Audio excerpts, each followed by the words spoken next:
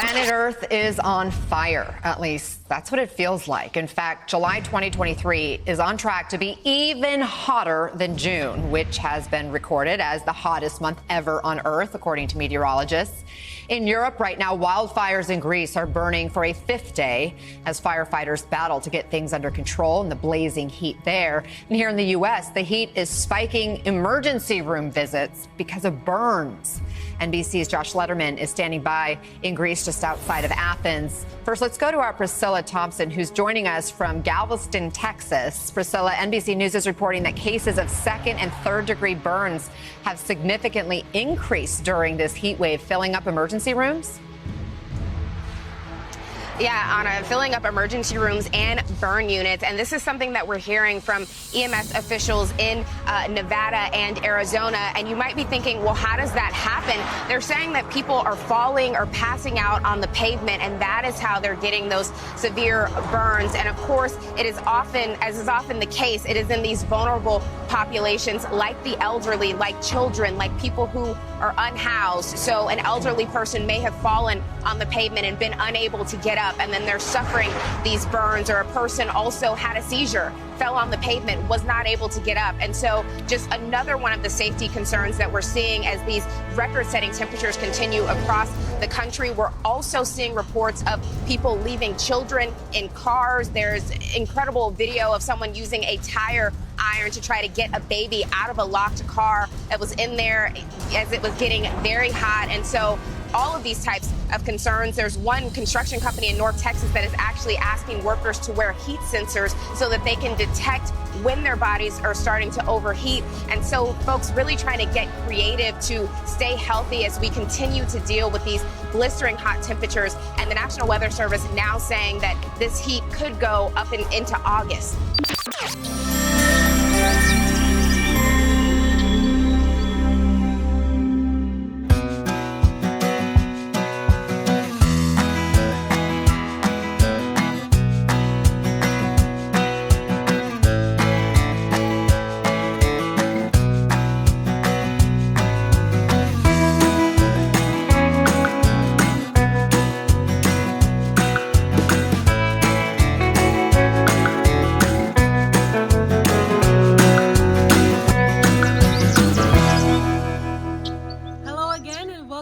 To Seed Time and Harvest. What we're doing this evening, I'm going to be putting some plants in our new garden area. What this is our greenhouse in the winter that we convert in a shade house in the summer using this 40% shade fabric to prevent some of the heat, too much heat from getting to our plants. And because we are in a transition location, we did not want to do another raised bed because of course raised bed takes soil, and since we're going to be moving, you know, it's going to be hard to take all that soil with us. So I'm going to show you our garden area that we tilled up and talk a little bit about the plants that we brought in, as well as get into putting in some plants. A few of our potted plants we had to bring inside this enclosed area because, as you can see, a lot of the leaves are missing because we have deers and muskrats that have been eating up our plants. They especially love the potatoes, eggplants, some tomatoes, peppers, even the regular Irish potatoes. They've been stripping them down to the stem, and so we had to bring them inside this shade area, this protected area, to give them a better chance of surviving. If you have different animals, whether it be beavers, deers, squirrels, anything that will come in and eat up your plants, you have to get some form of a protection, even rabbits, because, you know, you can't really stop them if you have a small fence. And so we have this shade house that's added protection so nothing will be able to get in here, and our plants will have a better chance of surviving. We also made the rows that we till the soil, and we're going to set in some of these plants in, especially the smaller peppers. We're going to take them out the pots and put them directly in the ground. Here we have about 4 rows that we're going to use for growing. In this first row on this side, we're going to put some watermelon and squash, and as well as cucumbers. In this middle row, I'm going to have some herbs and tomatoes, Gonna put in some garlic, chive, basil, and a tomato plant. And these last 2 rows I'm dedicating to different varieties of peppers. Again, in this first row, I'm gonna put in the watermelon. Of course, watermelon needs lots of space. They have to be about 30 to 60 inches apart, and it needs full sun. But because of the problems that I know we have with the muskrats and the deers, I'm not gonna let it run outside the garden, so I'm just gonna trellis it and let it run along the trench. And I have 2 plants here. When I go to, if I have to purchase plants, I always look for pots with more than 1 plants in them. Of course, they're so expensive, but you get more for your money when you try to find more than 1 plant in a single pot. And of course, you can tell that my soil is really, really wet because it broke apart so easy. You want to make sure whenever you go to transplant your veggies that the soil that you're taking it from is wet, so that you get a lesser chance of damaging your roots.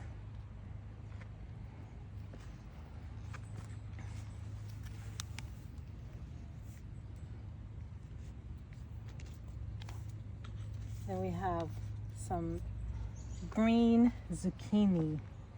We like zucchini. Zucchini needs a little more space. I'm gonna put those a little further apart.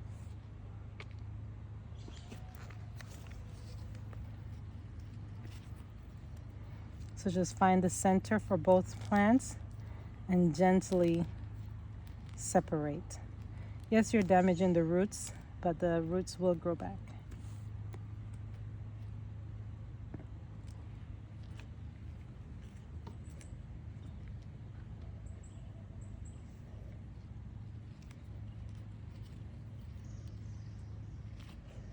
And before, this clay soil was really tight.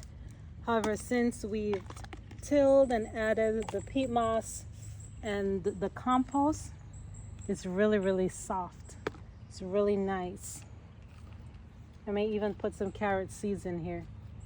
It's that soft.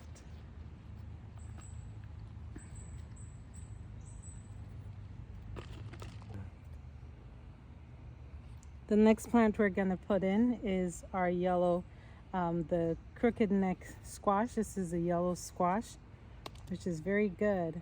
You know, cooking and eating as is. You can eat it raw.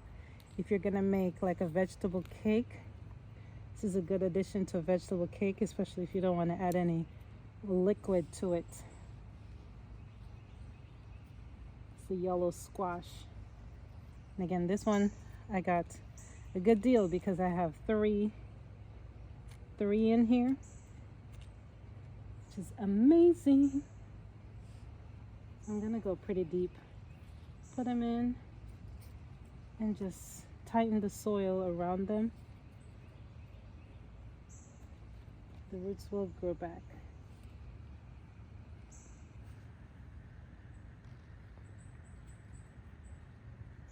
These will grow up on a single plant. They won't vine as much as the cucumbers. So on the side of the bed, leaning towards the fence, that's where I'm gonna put the cucumbers, because they will, unlike the squash, these will need some form of trellis and support. So I'm just gonna stick them along the side.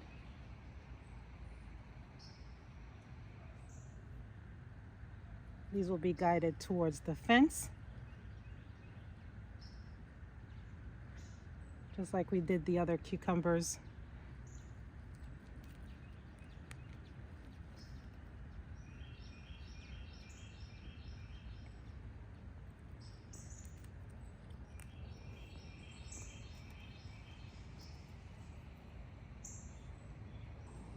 These are some green onions that we've actually harvested.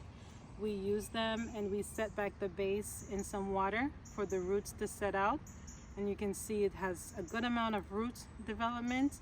I'm going to just remove the outer layering of where we cut the green onions, and then I'm going to plant these.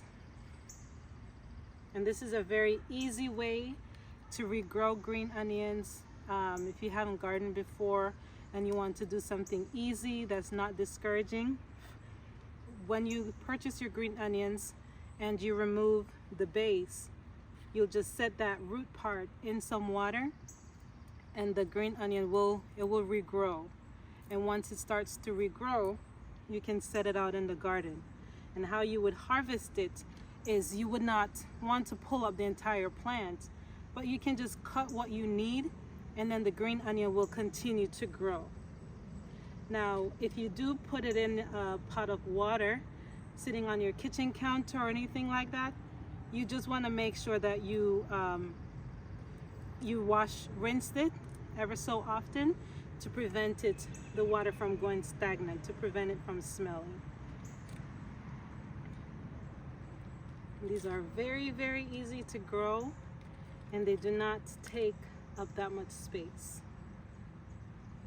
Next to the chives, I'm going to put a basil plant. We like growing basil. It's very fragrant. It's very easy to grow.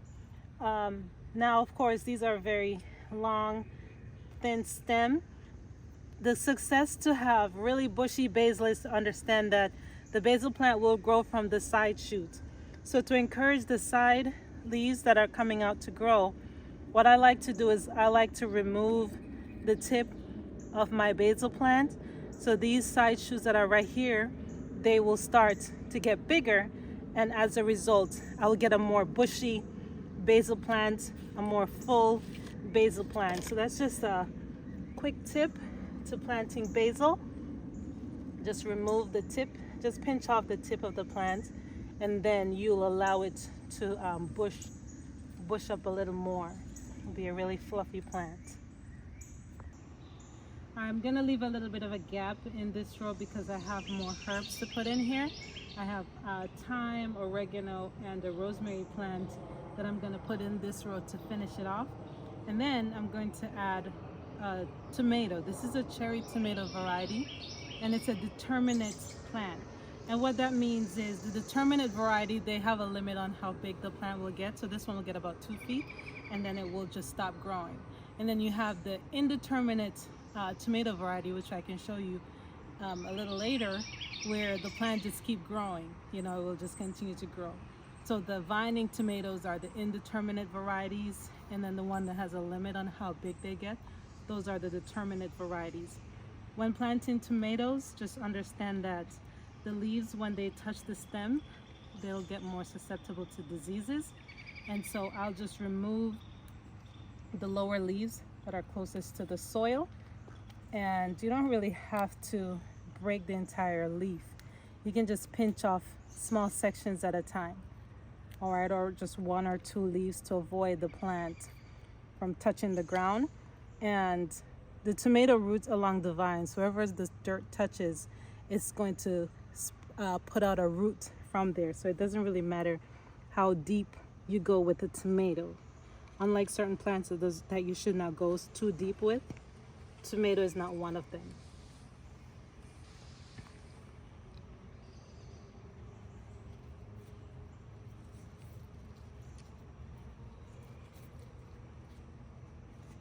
And this one, I don't have to trellis it. I don't have to put up a fence around it because, again, it's limited as to how big the plant will actually get. This tomato plant was set in the ground a few months ago, and look at how big it is. This is an indeterminate tomato variety. There is no limit on how big the plant will get. It will continue to grow, continue to produce until the plant dies. And that's the main difference between an indeterminate and a determinate tomato. This one is a beefsteak variety, and I'll just show you how big the tomatoes are on the vine. They're really big. These are the large growing tomato variety, and it's producing a lot. I think I have about 6 plants on this side, and I can just see how amazing this plant is doing. It's very productive until the stem that the tomatoes are on is actually bending over because they're so big.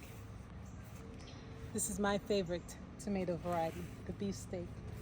This pepper plant was a lot bigger, but as I mentioned, we had a problem with deers coming in and just chomping down on our veggies. But I'm still gonna give it a chance to grow. It does have 2 side shoots that I'm hoping will grow to be mature pepper plants. and we'll be able to get a harvest from it. So I'm going to give all my plants a fighting chance at survival. Some of them are really beat up. Some of them are really looking like, you know, they're not going to make it. But I believe in second chances, so we're going to give it a chance to grow.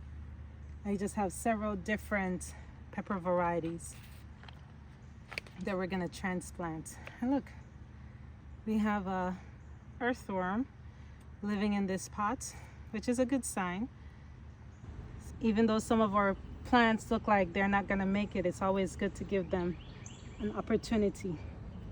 Surprise you. Say, hey, I didn't think that was going to do good, but look. So, Sharice, these plants are kind of like light green, looking yellowish. What can you tell us about that? Well, they've been in the pot for a while. So, of course, there is just so much nutrients that are in the pot to feed them. And the plants will get as big as the pot is. And that's why they're looking yellow. They weren't getting as much food as they need to survive. So putting them in the ground now, they'll get the food that they need. And I'll just add some compost tea to them so that they'll perk up in a couple days. This is a pot of volunteer peppers that came up. Apparently last year I had a pepper plant in this pot that the pepper fell and the seeds, of course, they overwintered and now they're starting to grow back. So I'm going to separate these and put them in the ground.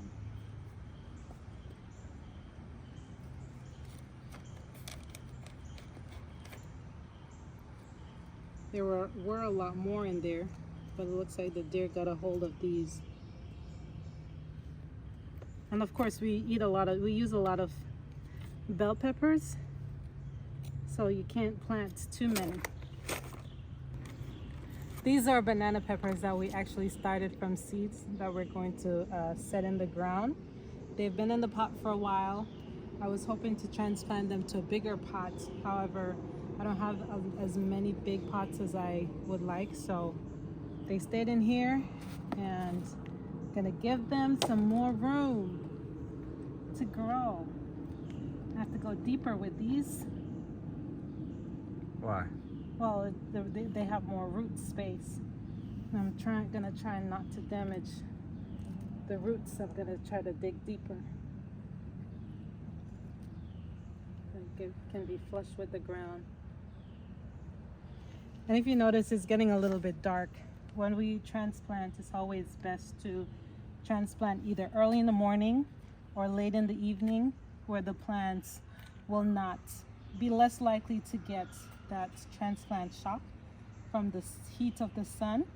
I prefer to transplant late in the evenings because they have that nighttime that the roots can acclimate to a cooler temperature, so that by tomorrow they won't be exhausted when the sun comes up. That's something good to consider when you're transplanting, the time of day it is. I like gardening. I really like gardening. I think putting your hands in the dirt is therapeutic. If I feel stressed, if I feel under pressure, or if I just need a break, I like to get out in the garden, plant something, pull some weeds, water. My husband would say, Sharice, we have a sprinkler. Why do you spend hours watering the garden? It's because it's relaxing. Gardening is very relaxing. So if you have any pressure, any stress, anything like that, go outside, put your hands in the dirt just to, be in contact with nature, then reflect on the Lord, His love towards us, the life that He gives, even in relation to the plants. Those things are very good, for your Christian walk. It's food for your soul. Not only eating the plants provide benefits, but also spending time in nature. That's what Jesus did when He was on earth. He was always found in nature, His quiet time in the garden, somewhere either listening to the birds or among the plants. And I can attest to the fact that it's very relaxing. Seed time, we just planted. Now it's harvest time. Look what we have here.